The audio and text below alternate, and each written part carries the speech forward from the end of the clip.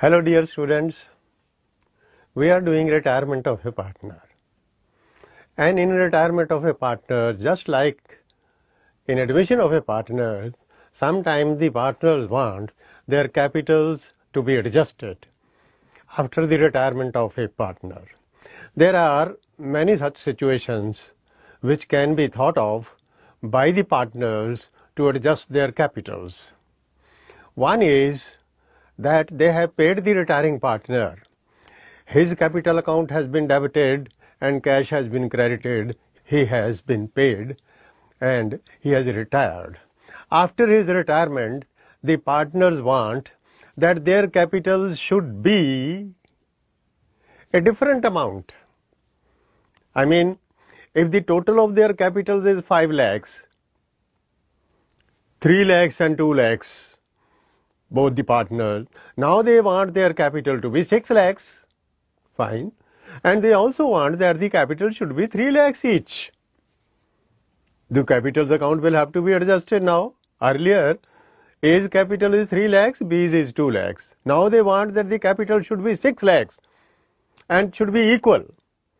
That means A's capital is already 3 lakhs, only B will have to bring 1 lakh of rupees more to make it 3 lakhs. This is one type of adjustment where they want that their new capital should be different from the existing capital.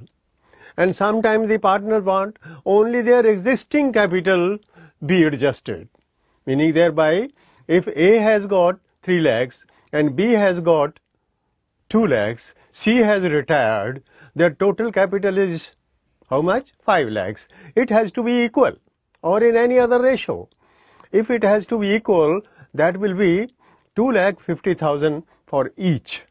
A has 3 lakhs, he will withdraw 50,000. B has 2 lakhs, he will bring 50,000. So B has brought 50,000, his capital becomes 250, right? And A's capital was 3 lakhs, he has withdrawn 50,000, his capital becomes 2,50,000. This is the first type of adjustment and is very simple. Second one is more important, and there are more variants of this second one. I am going to take one, and that is that the two partners, 3 partners, one of them retires, and the 2 partners are continuing partners, right? They want to make payment to the retiring partner. Very good. They can pay the retiring partner the amount due to him. I assume that A's capital is 3 lakhs, B's is 2 lakhs, and C's is 1 lakh. Final amount. After all adjustments have been made for general reserve, goodwill and everything, revaluation, profit, etc. So that means C has to be paid 1 lakh. But the partners find they do not have that much of cash with them.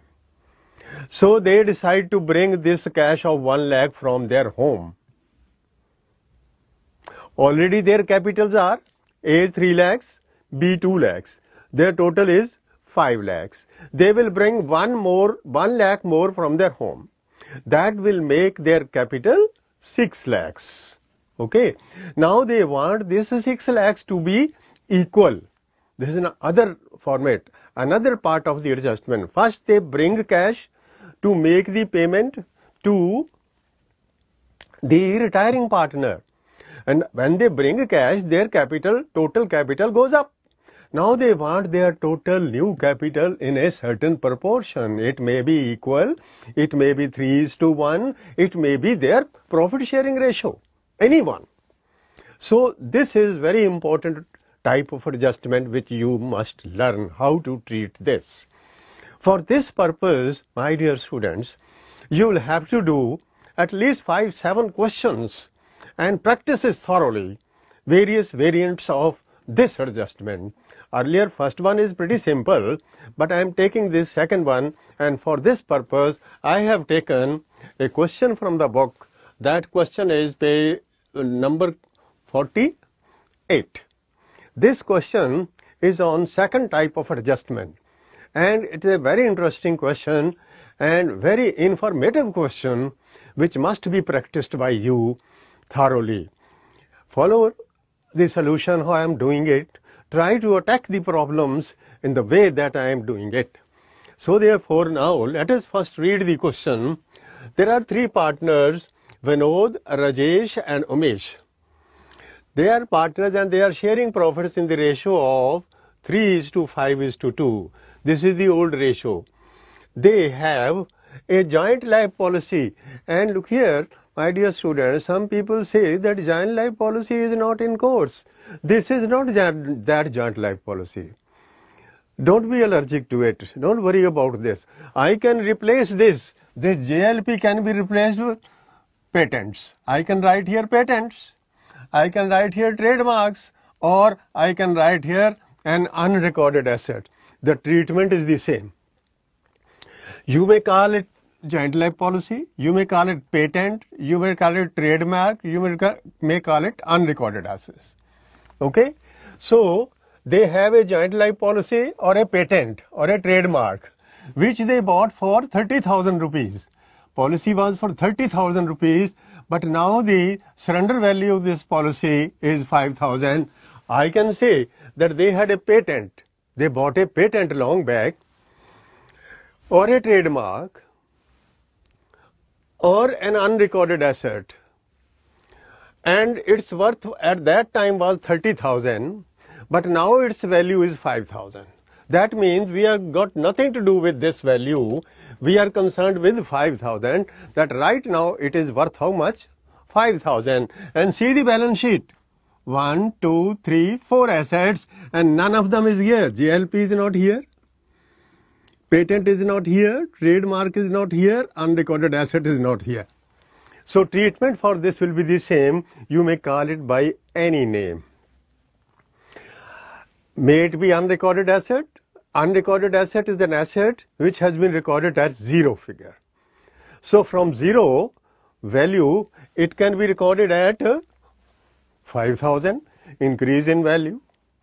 And if they don't want to show it in the balance sheet, that treatment also I am going to explain to you now. So joint life policy bought for 30,000, its value now is 5,000. Balance sheet as on that date is as follows. March 31, here are 4 assets, fixed assets, stock, book debts. What are book debts? Book debts are simply sundry debtors. Other name for debtors, book debts. So cash at bank is this. So these are 4 assets and their total is given here 88,000. And then here we have sundry creditors, employees provident fund. Perhaps you remember, it was there in admission also. Employees provident fund is not to be touched. It belongs to the employees, and the amount has to be paid to the employees when they retire. This is the earning of their life. So you don't have to touch this. This is employees provident fund, reserve fund, and workers compensation fund or reserve is this. These are the capitals of 3 partners, and here are some adjustments, some additional information. Stock is revalued at this figure 20,000. Fixed assets are valued at 50,000. There is goodwill of 24,000. There is goodwill of 24,000. Mind it, goodwill is not there. What is the value of goodwill? What is the value of goodwill? 24,000. I repeat, goodwill is not there. What is the value of patents, trademarks or unrecorded assets or JLP? What is the value? Value is 5,000. They are also not there. So therefore, the treatment for JLP, treatment for trademarks, treatment for patents or unrecorded asset will be the same as for goodwill if it is not to appear in the balance sheet.